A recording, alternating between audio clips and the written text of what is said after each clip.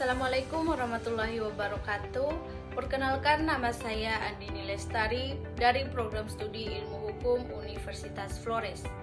Pada kesempatan ini saya akan mempresentasikan proyek saya dari mata kuliah pengantar filsafat yang diampuh oleh Bapak Agustinus Franciscus Pascalino Dadi. Adapun tema yang saya angkat pada proyek ini adalah gagasan filsafat menurut Christian Thomasius. Ia adalah salah satu tokoh penting dalam gerakan Aufklärung Jerman atau pencerahan Jerman. Ia dianggap sebagai jembatan dari pemikiran abad pertengahan menuju modernitas, terutama dalam bidang hukum dan filsafat. Melalui presentasi ini, saya akan menjelaskan profil singkat Thomasius, gagasan-gagasannya yang utama, serta relevansinya bagi dunia hukum masa kini, khususnya dalam konteks Indonesia.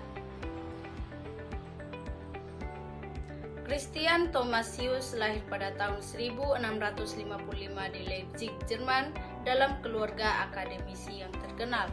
Ayahnya bahkan merupakan pengajar dari Leibniz, salah satu filsuf besar Eropa. Thomasius mempelajari filsafat, teologi, dan hukum, lalu meraih gelar doktor hukum pada tahun 1679.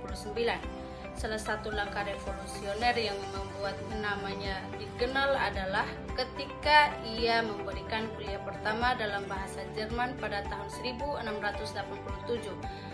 Pada masa itu, kuliah umumnya menggunakan bahasa Latin, sehingga langkahnya dianggap sebagai bentuk demokratisasi pengetahuan agar ilmu bisa diakses lebih luas oleh masyarakat.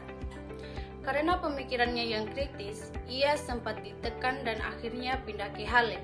Di sana ia membantu mendirikan Universitas Halle yang kemudian menjadi pusat intelektual gerakan Aufklärung Jerman. Karena kontribusi besarnya, Thomasius dikenal sebagai Bapak Aufklärung Jerman. Gagasan pertama, pemisahan hukum dan moral. Salah satu gagasan terpenting Thomasius adalah pemisahan antara hukum dan moralitas. Menurutnya, moralitas itu urusan internal, yaitu tentang hati nurani, kesempurnaan jiwa, dan apa yang dianggap layak atau jujur oleh seseorang. Karena moral berada di ranah batin, maka moral tidak bisa dipaksakan oleh negara. Berbeda dengan hukum yang berada pada ranah eksternal. Hukum mengatur tindakan luar manusia yang bisa berdampak pada ketertiban sosial dan keamanan masyarakat. Oleh karena itu, hukum bisa ditegakkan dan dipaksakan oleh negara. Inti dari gagasan ini adalah negara tidak boleh mengintervensi keyakinan moral atau religius seseorang selama tindakan orang itu tidak mengganggu ketertiban publik. Gagasan ini menjadi dasar penting dalam pemikiran hukum modern, terutama terkait kebebasan individu. Berikut melawan barbarisme hukum. Gagasan kedua dari Thomasius adalah kritiknya terhadap praktik-praktik hukum yang tidak manusiawi pada masa itu. Ia menentang keras perburuan penyihir karena menurutnya kepercayaan pada sihir adalah takhayul dan tidak memiliki dasar rasional. Ia juga sangat menolak penggunaan penyiksaan dalam proses hukum. Menurut Thomasius, penyiksaan tidak hanya melanggar martabat manusia, tetapi juga tidak efektif karena seringkali hanya menghasilkan pengakuan palsu. Dari sini, Thomasius menekankan bahwa sistem peradilan harus dibangun atas dasar rasionalitas, kemanusiaan, dan penghormatan terhadap manusia sebagai individu. Gagasan yang ketiga, toleransi beragama dan kebebasan berpikir. Thomasius juga menekankan pentingnya toleransi beragama. Menurutnya, iman adalah masalah yang sangat pribadi sehingga tidak boleh dipaksakan oleh negara maupun gereja. Tugas negara hanyalah menjaga ketertiban dan perdamaian eksternal, bukan memaksa keyakinan seseorang. Ia juga mendorong adanya kebebasan berpikir. Baginya, Kemajuan pengetahuan hanya bisa tercapai jika masyarakat berani menggunakan akal secara kritis dan bebas dari tekanan otoritas.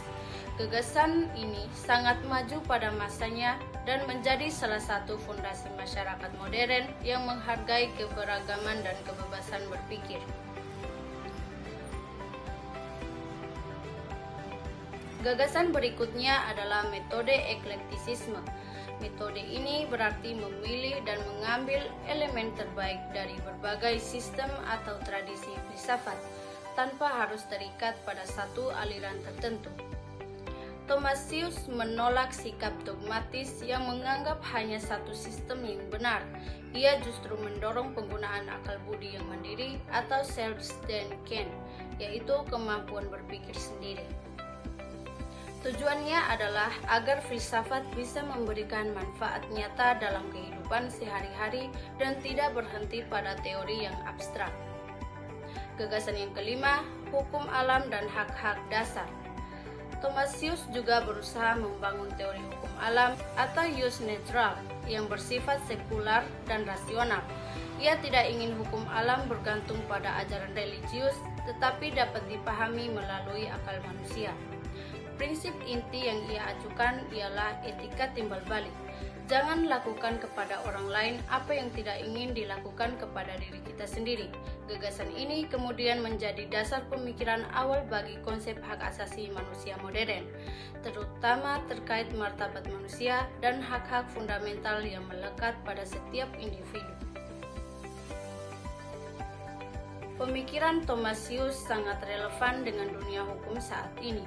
Misalnya, pemisahan antara hukum dan moral memberikan dasar untuk membatasi campur tangan negara dalam urusan pribadi masyarakat di negara yang plural.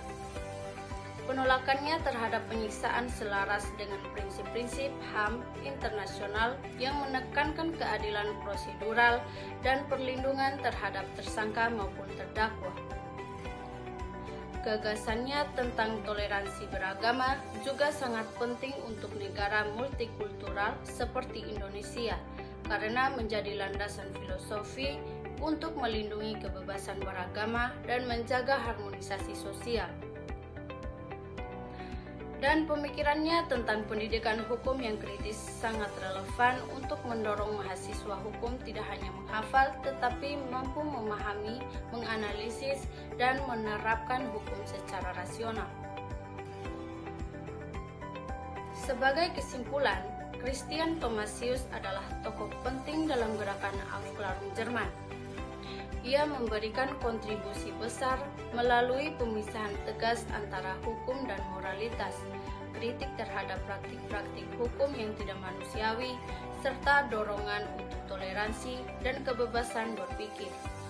Gagasannya tidak hanya mempengaruhi perkembangan filsafat dan hukum di masa itu, tetapi juga memberi fondasi bagi modernitas, hak asasi manusia, dan sistem hukum yang kita kenal sekarang. Melalui pemikiran Thomasius, kita belajar bahwa keberanian untuk berpikir kritis dan membela martabat manusia adalah kunci untuk membangun masyarakat yang adil dan beradab.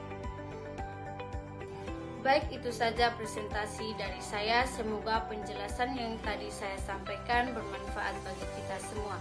Sekian dan terima kasih. Wassalamualaikum warahmatullahi wabarakatuh.